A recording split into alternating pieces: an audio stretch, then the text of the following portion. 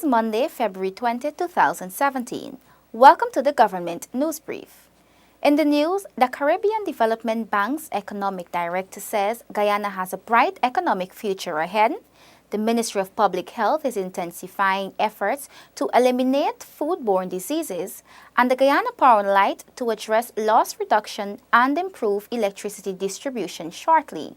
Stay tuned for these and other stories. Thank you for staying with us. I am Renetta LaFleur. Here are the details. The top regional banking institution, the Caribbean Development Bank, says Guyana's economy is on the right path. Paul McAdam tells us more. The future for Guyana is quite bright in terms of its economy, according to the Caribbean Development Bank's Economic Director, Dr. Justin Ram. As you know, there have been large discoveries of oil offshore. I believe that also includes natural gas as well. And we expect the oil from those wells to probably start flowing in about 5 years' time. So let's say maybe in the early 2020s. So that Guyana, I think there's a great potential there. With respect to government financing, we do think that the government is correct in being fiscally prudent and being very careful in how it manages its debt to GDP ratio, which, as you saw from my presentation, actually declined in 2016. So that's actually good. So the government has continued to consolidate fiscally.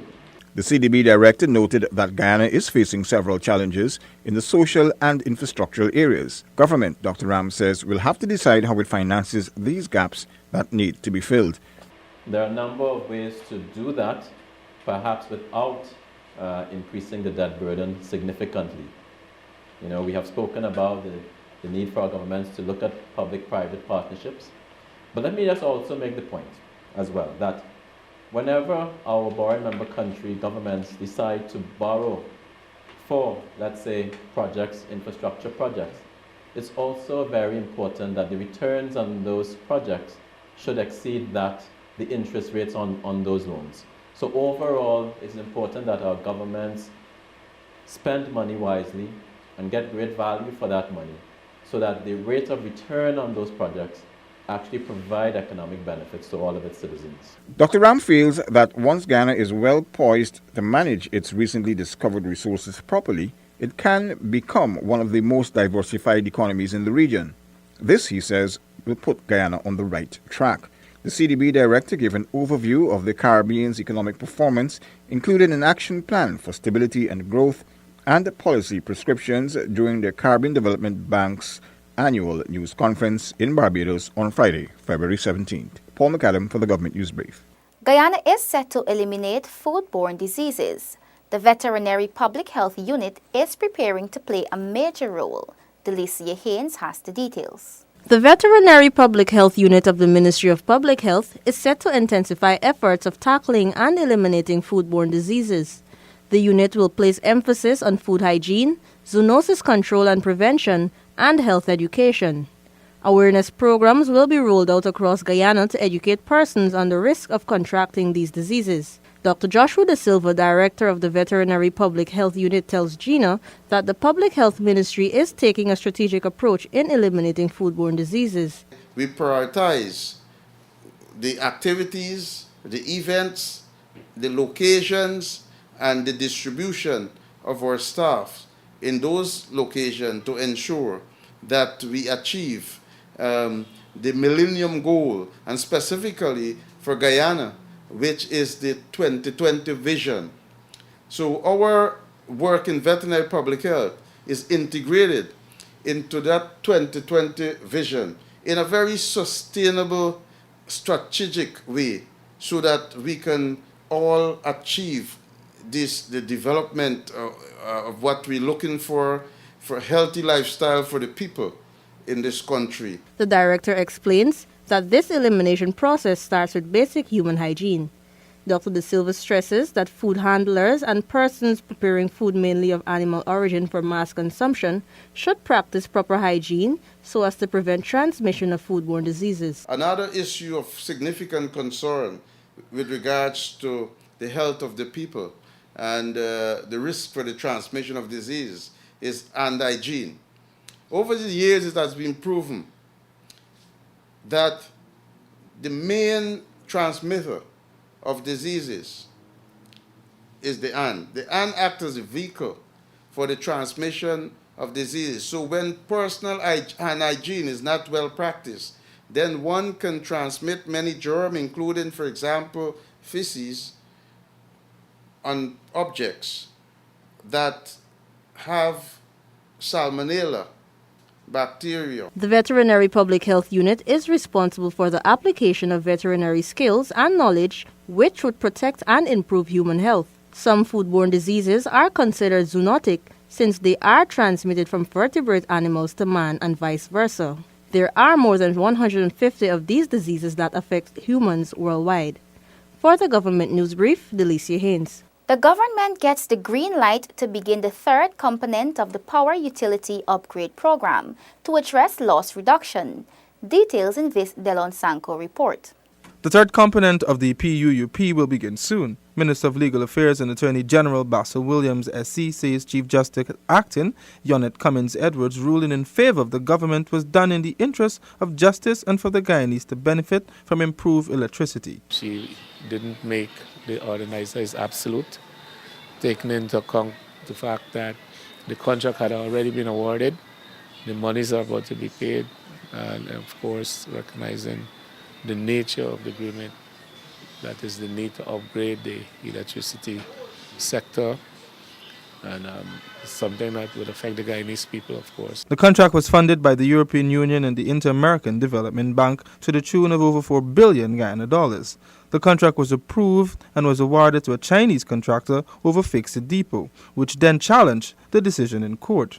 Minister Williams says despite controversies, the criteria for the contract was transparent. So international donor will have their own terms of which they are willing to grant a loan. They will have their own criteria, and there's no universal criteria. So if they want to say assert 5 criteria, it's not for you to come and tell them you should have had 10, because it's in the contract. Meanwhile, in an interview with the Government Information Agency, GINA, Acting Chief Executive Officer for GPL, Renford Homer, says this component of the PUP will be executed through the GPL's consolidated funds. The design of the program is as such that it is meant to deliver at the end of the program, or in 2020, a sustained reduction in losses of approximately 5%. So we expect to see losses reduced to approximately 23.8% in 2020. Minister Williams says that he was pleased with the Chief Justice's decision and that the matter was urgent since the government was anxious in moving forward with the project, especially with the recent blackout the city has been experiencing. Delon Sanko for the Government News Brief. Efforts are underway to form a national syndicate body as small miners continue to sign up for the Ministry of Natural Resources Syndicate project. Tiffany Rodias has more. Over the weekend, Minister within the Ministry of Natural Resources, Simona Brooms, visited miners in Purika and Madhya to talk about the syndicates. She revealed that a national syndicate body will be established. We'll have 2 persons from each syndicate come together to make a representation at the level. So bi-monthly, even when they meet, and I'm going to take time off to meet with them also bi-monthly so that we have all across the sector on one page. Minister Broom says the national syndicate body will be established by the end of the year. This body will seek to support the syndicates across the country, the minister says. I think the support of each other for the syndicates is very important. And they can learn best practices, they can share ideas, opportunities and all of that. Minister Brooms has been travelling across the country educating miners on what the syndicate is and how it can benefit them. Already over a dozen small miners have formed themselves into syndicates and applied for lands. The syndicate initiative is part of the ministry's effort to provide mining lands to small miners. For the Government News Brief, Tiffany Rogers. The Institute of Applied Science and Technology, IASC, has embarked on several innovative projects with government's funding, which will aid in solving some of Guyana's economic problems. Isaiah Braffett tells us more. Director IASC Dr. Suresh Narai says IASC has been working on some projects which will contribute to solving some of Guyana's economic problems through targeting of select beneficiary groups and the public at large. One of those projects relates to a product which is a breakfast cereal made from rice. Now, in our country, although rice is one of our major products, one of our major commodities, there are no outstanding examples of adding value to that commodity in Guyana. The IASC director explained that it must be understood that Guyana's agriculture must be married to value addition to create wealth in the sector. Therefore, it is important that agriculture be marketed locally and internationally through science to boost the local economy, Dr. Narain says. Institutions such as the IAST continue to realize that success of their scientific solutions are not only a function of good function and good technology, but it's also a function of good business, good marketing, engagement of stakeholders, and understanding the entire life cycle of a new product. Dr. Narain notes that the government's support has contributed to these successes. He says though there has been a change in administration, the institution has not been neglected and the government continues to prioritize science and technology. The support that the Institute has received from the previous administration has been continued by the current administration. And this tells me that our political leadership at all levels seems to understand the basic important role that science and technology can play in poverty alleviation, in development, and in particular given our current focus in allowing green growth. Dr. Narain points out that other projects carried out by the IAST include the creation of the Rupununi Essence.